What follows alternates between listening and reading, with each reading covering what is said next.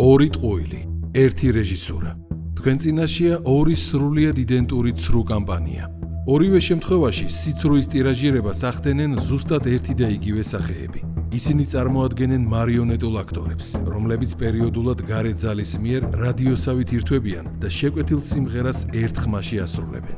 არ შეიძლება ქვეყანაში, სადაც ერთი პრეზიდენტი მოკლეს, მეორე პრეზიდენტის სიკვდილამდე მიიყვანონ. რა ნივთიერებას ურევდნენ წყლის ჭალში, რომელმაც მშვიდობიანი დემონსტრანტების ჯანმრთელობა დააზიანა. სიმპტომები თუ არ ვიცით, რისი ბრალია, მძიმე მეტალების ბრალია თუ რისი ბრალია. ეს არის ძალიან დიდი კლინიკური შრომა, რომელმაც უნდა საქართველოს ის მოსახლეობის დიდი ნაწილი, რომელიც იმ დღეებში იყო, უნდა გადაარჩინოს დიდ უბედურებას, რომელიც არის მოსალოდნელი. კოლაფსის შემდეგ რა მოხდება, ეს არავინ არ იცის. ეს არის უკვე ლატარია 50-50-ზე და რეალურად ეს ნიშნავს სიკვდილისთვის გაწირვას.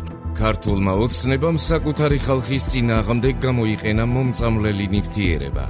არ არის მიხეილ სააკაშვილის ჯანმრთელობის მდგომარეობა კარგი. 9 აპრილს ზუსტად აი ამაზე ქართველების დაწამლვაზე უარი თქვეს ქართველებმა.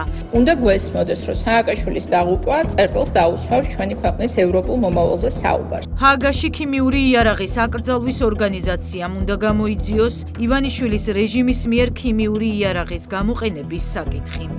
აქ არის ადამიანის ჯანმრთელობაზე საუბარი, მის სიცოცხლის რისკზეა საუბარი. ქიმიური ნივთიერება, ქიმიური აგენტი რა არის? რაც დასადგენია ბუნებრივია ხო და არ შეგვიძლია სერიოზული ეჭვები. იმას იყენებდეს საკუთარი მოქალაქის წინააღმდეგ. და ის არ იცოდე? წირავენ ადამიანს სიკვდილის მძიმე შეზღუდული შესაძლებლობის პირი გახდეს მესამე პრეზიდენტი. ამ საქმის გამოძიებაში უნდა ჩაერთოს OPCW, ანუ ქიმიური იარაღის აკრძალვის ორგანიზაცია. სახელმწიფოს აკისრია განსაკუთრებული პოზიტიური ვალდებულება პატიმართა სიცოცხლის დაცვისა. გამოიყენა ქიმიური იარაღი ქართველი ხალხის წინააღმდეგ. დღევანდელი ინფორმაცია პრაქტიკულად ნიშნავს, რომ ჩვენ ვართ ყველა თანამონაწილე ადამიანის პროდუქტი. შარშან დარბევების დროს გამოყენებული იყო სპეციალური ქიმიური აგენტი. თუმცა არ უნდა რომ ადამიანი არის ჩამომდნარი. რა ვთქვა, სხვანაირად როგორ შევაფასოთ, რა დიაგნოზით და 13 რაღაც დაავადება დაუდგინოს. მოწამლულ ადამიანებს ბიუჯეტიდან კომპენსაციები უნდა გადაუხადონ.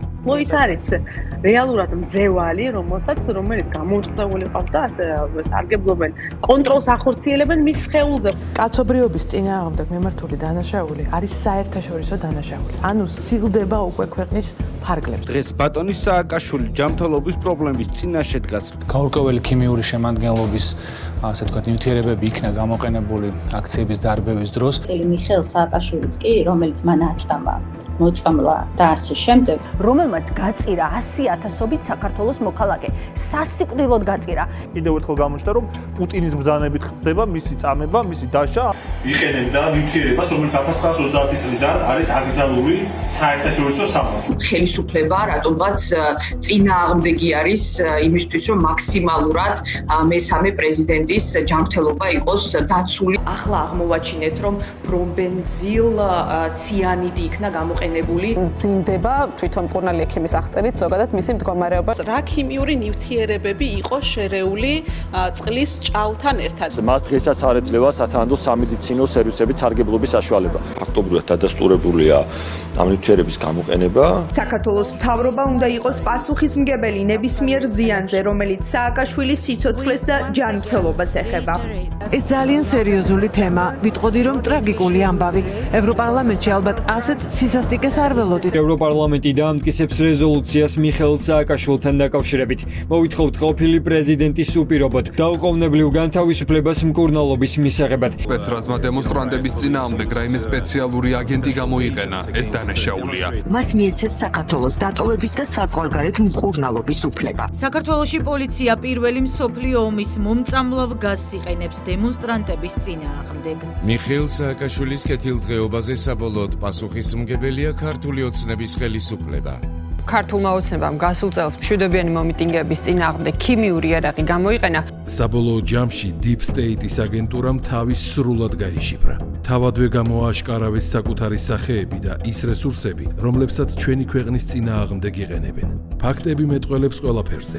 მიხეილ სააკაშვილი, რომელიც მათი ისტერიული მტკიცებით წუთი წუთზე კვდებოდა, დღეს თავს არაჩვეულებრივად გრძნობს. ეს ადასტურებს, რომ მაშინდელი კამპანიაც და ახლანდელი ფეიკი კამიტზეც ერთი და იგივე სცენარით დაწერილი პრიმიტიული სიცრუეა. ორი ტყუილი, ერთი რეჟისურა.